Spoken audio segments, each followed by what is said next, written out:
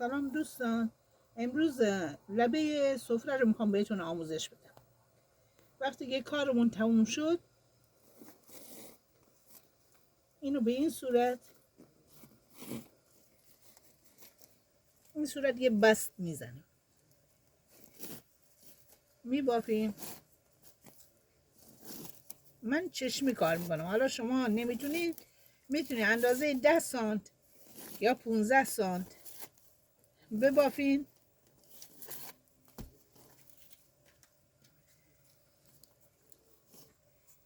الان این 10 سانته، دوباره یه بست دیگه.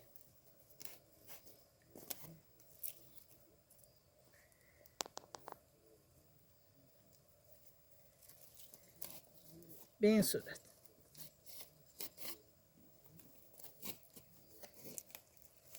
این میشه لبه سفره، لبه دار سفره. همینجوری کم کم میریم 10 سانت 10 سانت 10 سانت، اینجوری به این حالت لبه میدیم. این میشه سفره لبه دار.